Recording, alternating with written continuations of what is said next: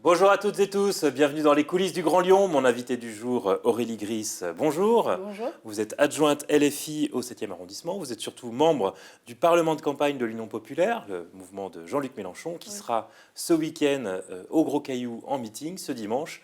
Pourquoi avoir choisi ce lieu? Vous êtes dit qu'il était temps de convaincre les bobos? Non, pas du tout. Ce lieu est juste un lieu magnifique qui surplombe le bassin lyonnais. Et du coup, voilà, il y avait un intérêt à y être. Euh, Pas parce que c'est un quartier de bobos, mais bien parce que c'est un lieu Vous attendez combien de personnes? à peu près 10 000 personnes. On avait fait en 2017 à Eurexpo 12 000 personnes. Le dernier meeting dans l'Hexagone était à Montpellier. C'était 8 000 personnes présentes. Donc là, on espère 10 000. Ça ne réjouit pas vraiment le maire du 4e arrondissement qui s'est inquiété des problématiques de sécurité ou de population massée sur la place dimanche de marché. Il n'a pas à s'inquiéter parce que on a l'habitude de gérer des meetings en plein air également.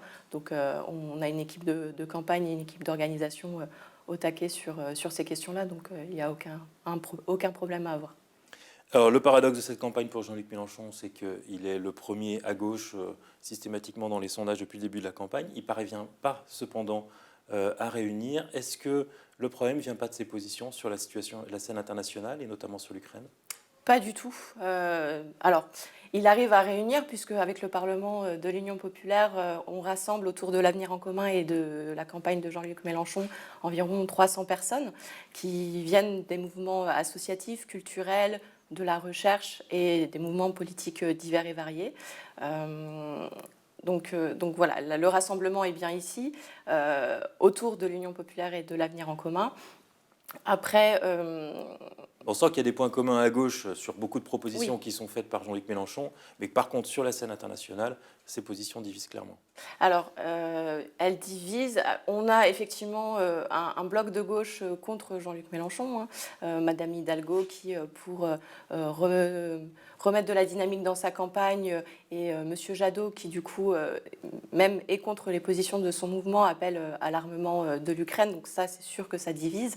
Après, on a toujours condamné et on condamnera toujours les positionnements de Vladimir Poutine et de son gouvernement actuel, enfin, voilà, contre la guerre actuellement. Il y a eu un revirement là-dessus. Est-ce que pendant des années, Jean-Luc Mélenchon n'a pas joué un peu, comme on disait à l'époque, l'extrême gauche jouait les idiots utiles de Mao et de Staline? Est-ce qu'il n'a pas joué un peu les idiots utiles de Poutine? Non, je pense pas du tout.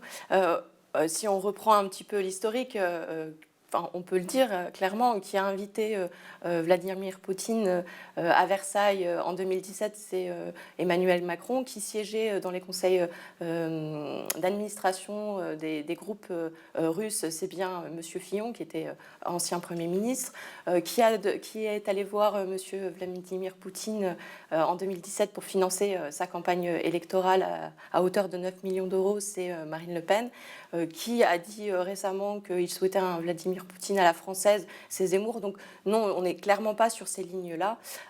Nous, on n'a jamais eu de complaisance avec Monsieur Poutine. On a un C'est soutien. discutable, hein. On voit beaucoup de soutien posé par Jean-Luc Mélenchon à Poutine, et notamment jusqu'au déclenchement de la guerre. Il a répété sans cesse que la menace ne venait pas des Russes, mais venait des États-Unis. Que c'est les États-Unis qui créaient une situation de tension en Europe.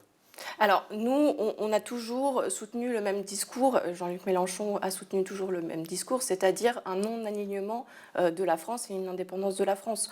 Ça veut dire non aligné avec les USA, avec la Russie, avec la Chine et avec l'OTAN. Nous, ce qu'on souhaite, c'est la sortie de l'OTAN, parce que on l'a bien vu dans les dernières années, c'est l'OTAN qui amène des tensions aussi en Europe. La sortie de l'OTAN, en ce moment, plutôt les pays de l'Est de l'Europe qui n'en font pas partie se posent plutôt la question d'y adhérer pour se protéger face à la menace russe. C'est pas notre ligne. Quand vous dites, quand je vois Jean-Luc Mélenchon tweeter que le principal danger, c'est un réarmement de l'Allemagne, est-ce qu'il n'y a pas quelque chose d'un peu irresponsable d'appeler à la fois à la neutralité et en plus d'interdire à ce pays de se défendre peut-être d'une menace russe? On voit que l'Ukraine, qui était la troisième force nucléaire en 91, avait renoncé à son arme nucléaire en échange d'une protection de la Russie et des États-Unis, et on voit ce qu'il en advient aujourd'hui. Alors, pour ce qui est de l'armement, enfin, je vous l'ai dit tout à l'heure, nous, on n'est pas sur cette position-là. L'armement de l'Ukraine, ça fait de nous, la France, on va se positionner comme co-belligérante. Aujourd'hui, enfin, on n'est pas sur la position des va-t-en-guerre. Si on fait ça, on risque une guerre nucléaire. Et je pense que c'est pas un jeu. Il y a des vies qui sont en jeu pour le coup. Et enfin voilà, c'est pas, c'est pas notre ligne. On ne veut pas la guerre. On est vraiment pour la paix. Alors, venons plus sur vos compétences propres. Vous êtes une travailleuse sociale, vous avez beaucoup travaillé auprès de mineurs non accompagnés, et vous êtes élue à la petite enfance dans le 7e arrondissement. Est-ce qu'il n'y a pas un souci dans l'agglomération lyonnaise sur l'accueil de ces MNA, ces mineurs non accompagnés, quand on voit que Forum Réfugiés, qui est chargé de les évaluer, en rejette 90% à la rue en les déclarant mineurs, et se fait retoquer pas systématiquement, mais enfin presque, par le tribunal administratif qui oblige derrière la métropole à les prendre en charge? Tout à fait. Actuellement, en France, on accueille environ 17 000 mineurs non accompagnés. Et c'est effectivement l'accueil et l'accompagnement, une compétence du département, ici de la métropole de Lyon. Si je donne les derniers chiffres, entre mai et novembre 2021, il y avait environ 850 mineurs qui se sont présentés à la métropole de Lyon.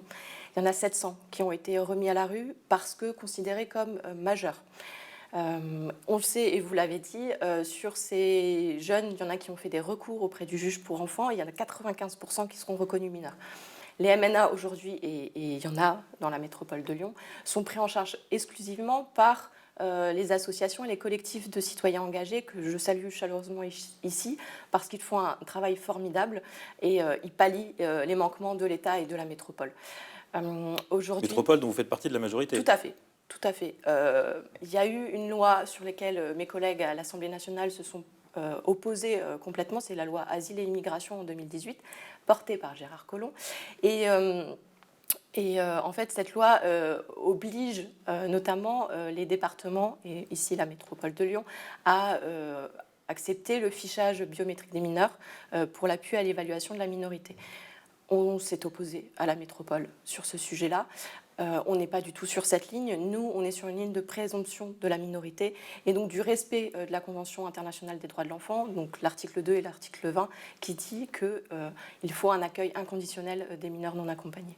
Quand on voit la dureté des critiques des écologistes vis-à-vis de Jean-Luc Mélenchon ou les critiques que vous faites aujourd'hui sur Bruno Bernard, on se demande si cette union de LFI et des Verts dans l'agglomération peut survivre après cette campagne présidentielle. Alors on a des convergences, heureusement, et pour la plupart des points, on converge. Mais on a aussi des divergences, et c'est là que notre majorité est une majorité intéressante, parce que ça permet de pouvoir discuter et d'échanger sur des points de crispation, celle-ci étant un point de crispation également. Je pensais aussi à la ZFE, qui a été un point de crispation, ou la vidéo-verbalisation. Aurélie Gris, je vous remercie. Merci. Et moi je vous dis à lundi pour une nouvelle émission des coulisses du Grand Lyon.